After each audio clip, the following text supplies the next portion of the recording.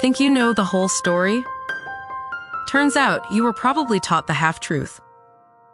Welcome to Half-Truths. Close your eyes for a moment and picture a pirate. I'm willing to bet I know what you see. There's a tattered tricorn hat, maybe a parrot on the shoulder, almost certainly an eye patch. But more than anything, there's a map. A crinkled piece of parchment, its edges singed by a candle flame. In the center, a crudely drawn island, and on that island, a single definitive mark. A bold red XX marks the spot. It's the final destination of a grand adventure, the hiding place of a life's worth of plunder. A heavy wooden chest overflowing with gold doubloons, sparkling jewels, and priceless artifacts. This image is practically embedded in our cultural DNA. We learned it as children from cartoons and storybooks. We saw it brought to life on the big screen, with swashbuckling heroes following cryptic clues to unearth forgotten fortunes. The idea of buried treasure is the very heart of the pirate legend. It's the ultimate romantic fantasy. The notion that with a little luck and a good map, any one of us could stumble upon a life-changing discovery, a direct link to a wilder, more adventurous time. It's the pirate's retirement plan, their secret legacy, waiting patiently beneath the sand for centuries. The story is simple, clean, and endlessly alluring. A pirate crew attacks a Spanish galleon, seizes its gold, and sails to a deserted island. Under the cloak of darkness, the captain and a few trusted men haul the heavy chest ashore, dig a deep hole, and bury their fortune, memorizing landmarks, 3 palm trees, a skull-shaped rock, before creating the one and only map. This map becomes the key, a sacred object more valuable than the treasure itself. This is the story we all know. It is the absolute, unquestioned foundation of pirate lore. But what if I told you that this entire scene, this fundamental pillar of the pirate identity, is almost a complete fabrication? What if the endless hunt for buried pirate treasure is a hunt for something that, with 1 or 2 tiny exceptions, never really existed? The half-truth we're digging into today is one of the most famous of all. The belief that pirates routinely buried their treasure. The real story is not one of secret maps and hidden chests, but of economics, desperation, and the surprising power of a single adventure novel. So let's begin with the story we were all told, the grand narrative of pirate plunder. In this version of history, the seas of the 17th and 18th centuries were prowled by men who amassed fortunes so vast they couldn't possibly spend them. Blackbeard, Calico Jack Rackham, Captain Morgan, these weren't just thieves. They were criminal masterminds, accumulating wealth beyond the dreams of kings. And with great wealth comes a great problem: asset management. You can't exactly open a savings account at the First Bank of Nassau when you're a wanted man with a price on your head. So, the logical solution, the story goes, was to bury it. Find an uncharted island, a forgotten cay in the Caribbean, a place no one would ever think to look. This act of burying treasure wasn't just practical, it was theatrical. It was a pirate's ultimate act of defiance, a way of saying, this gold is mine, and it will remain mine beyond the reach of navies and kings until I choose to return for it. The map became the pirate's last will and testament. Sometimes, in the more bloodthirsty versions of the tale, the pirate would kill the man who helped him bury the chest, leaving a ghost to guard the treasure for eternity. It's a wonderfully gothic touch. This narrative explains so much about the pirate mystique. It gives them foresight, a sense of legacy. They aren't just living for the moment. They're planning for a future where they can return, dig up their fortune, and live out their days in luxury. It turns a life of brutal violence and rampant disease into a long-term investment strategy. And for us, it creates the ultimate treasure hunt. The allure is irresistible. Countless books, documentaries, and television shows have been dedicated to real-life treasure hunters who, armed with old legends and sophisticated metal detectors, scour islands from Nova Scotia to the Caribbean, convinced they're on the verge of finding Blackbeard's lost hoard or Captain Kidd's legendary chest. The myth is so powerful it has spawned its own industry. It's a story that serves a clear purpose.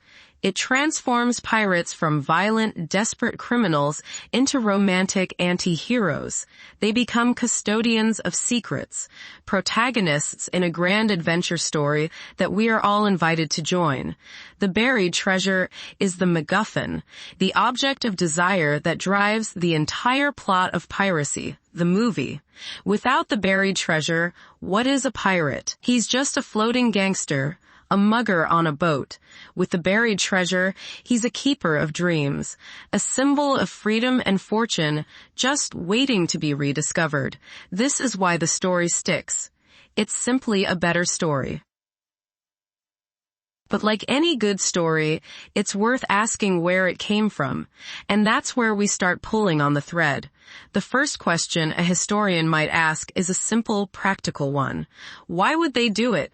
Think about the life of an average pirate during the so-called Golden Age, a period from roughly 1650 to 1730. It was, to put it mildly, a short and brutal existence. The threats were constant. Naval patrols, rival pirates, violent storms, shipwreck, and most deadly of all, tropical diseases like malaria and yellow fever. The average career of a pirate captain was lucky to last more than 2 or 3 years. In this context, does burying your only source of capital on a remote island make any sense at all? A pirate ship was a business. It needed constant upkeep. Sails tore, hulls needed careening to scrape off barnacles, ropes frayed. The crew, a volatile collection of outlaws and deserters, needed to be paid, fed, and supplied with a near-endless river of rum and ale to keep morale from collapsing into mutiny. Money wasn't for hoarding, it was for spending. It was operational capital. Delaying access to that capital by burying it in the ground would be like a modern corporation locking up all its cash in a vault that only the CEO knows how to open. It's just bad business. Then there's the crew itself.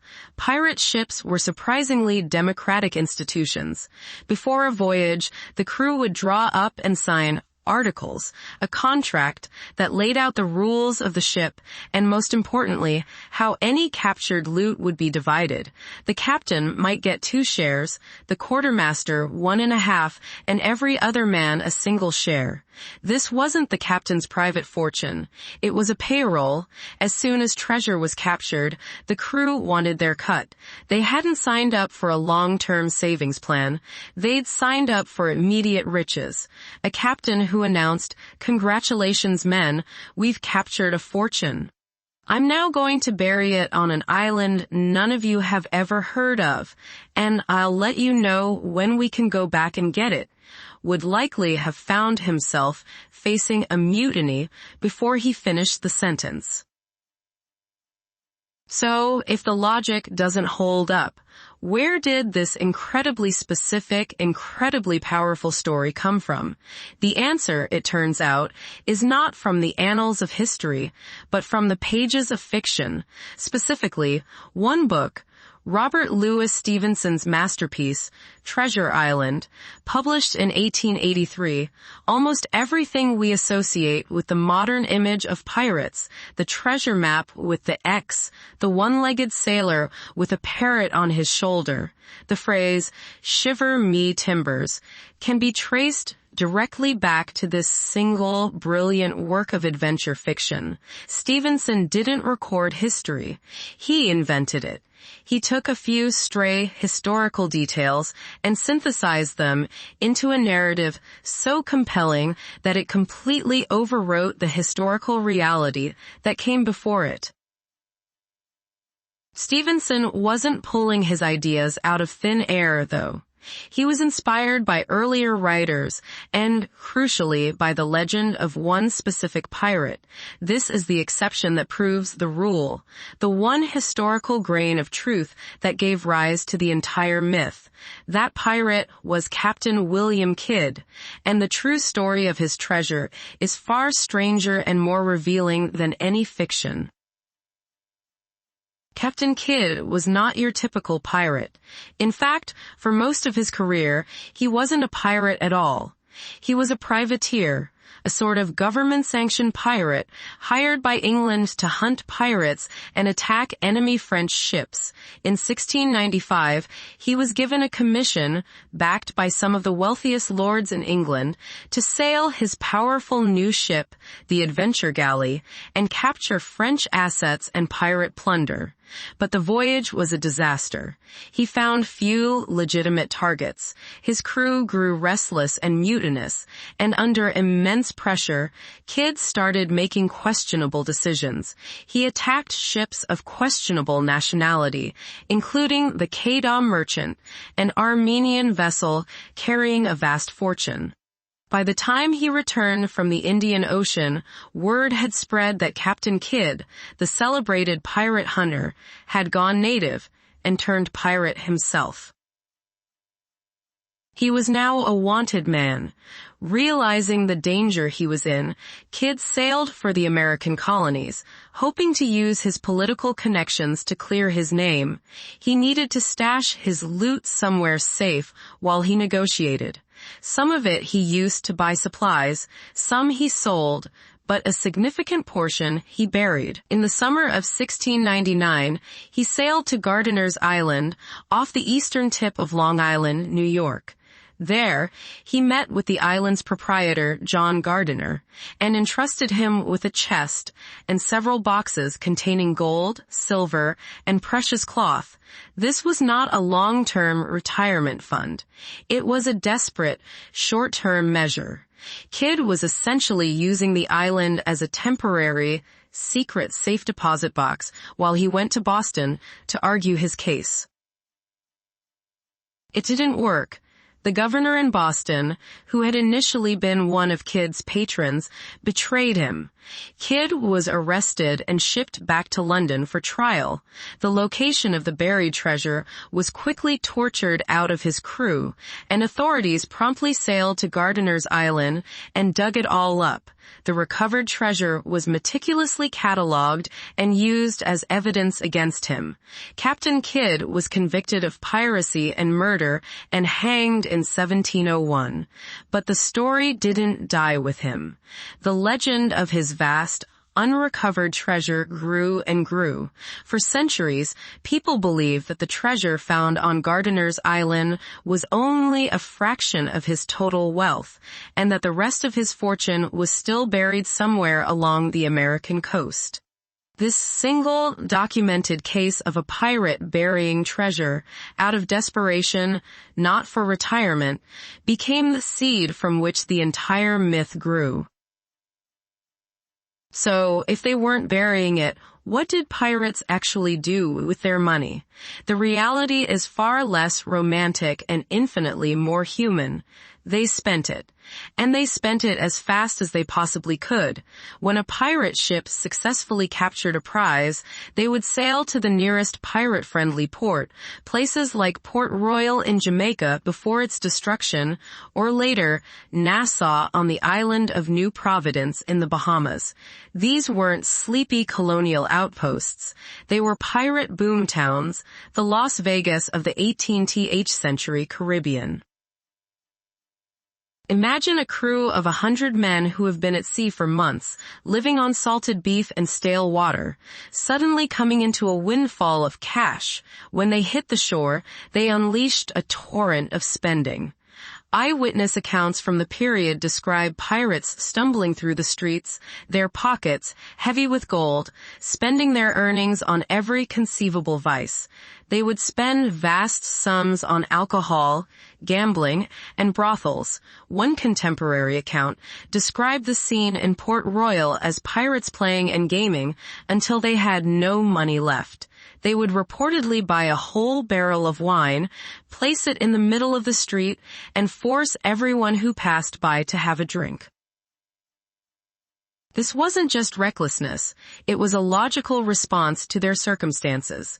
With a life expectancy measured in months, not years, long-term financial planning was a morbid joke. Their philosophy was to live for today. For tomorrow, they would almost certainly be dead. Their spending wasn't just on fleeting pleasures either.